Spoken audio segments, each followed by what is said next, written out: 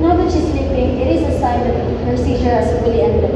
May I know how many minutes does her seizure lasted earlier? About maybe 3 minutes, miss.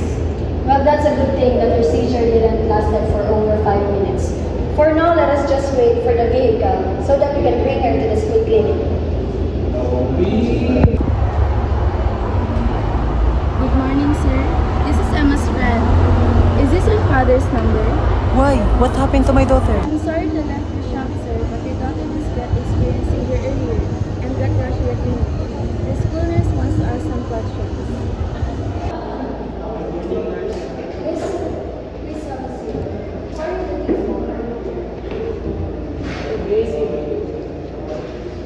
Yes, sir. You can see her once she's waiting. Can I ask you some questions? Yes, what it is?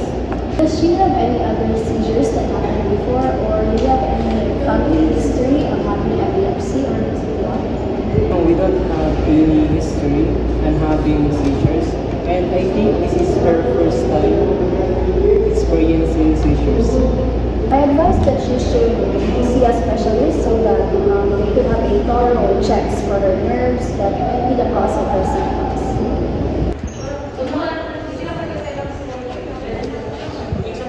Good afternoon, Doc. Good afternoon.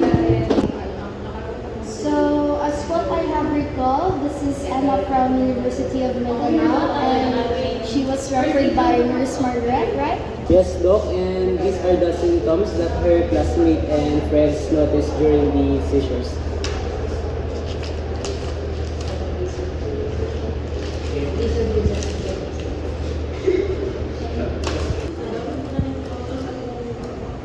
So, Anna, how many times did you experience seizures in your entire life?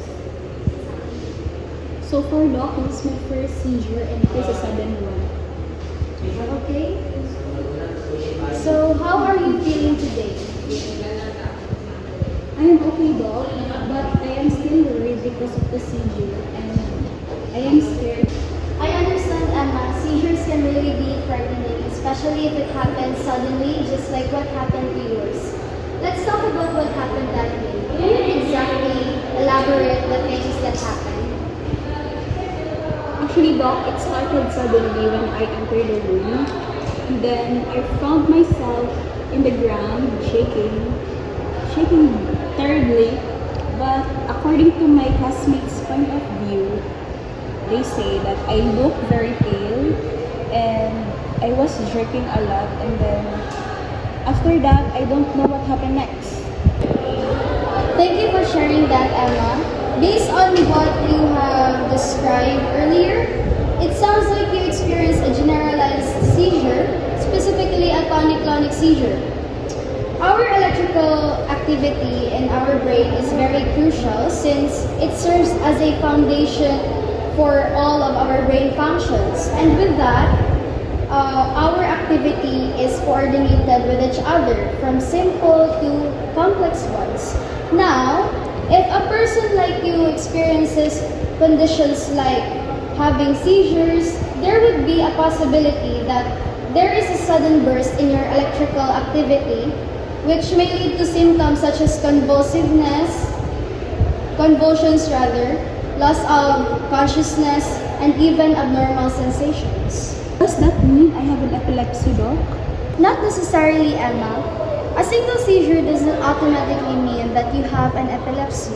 However, if you would experience frequent seizures such as 2 to 3 or more times, then there might be a possibility that it could really an epilepsy.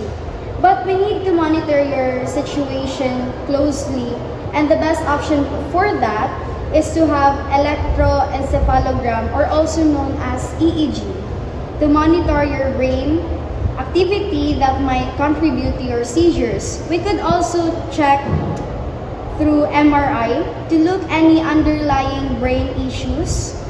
And in the meantime, if you experience some seizures, it is best to say that you lie down in a safe place and then have someone nearby. Also, it is also important not to put anything harmful objects beside yourself, so that it would lessen the cause of your seizure or injury, such as having damage of your teeth or choking. That sounds very important, Doc.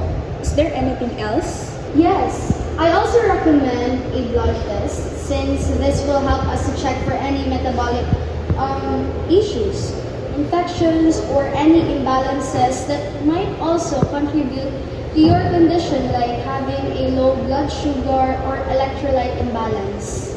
That makes me feel better, Doc. I'm glad there is a plan. You're welcome. Your test will be scheduled on the next Saturday morning at 9 a.m. and you need to go directly to the EEG station together with your dad.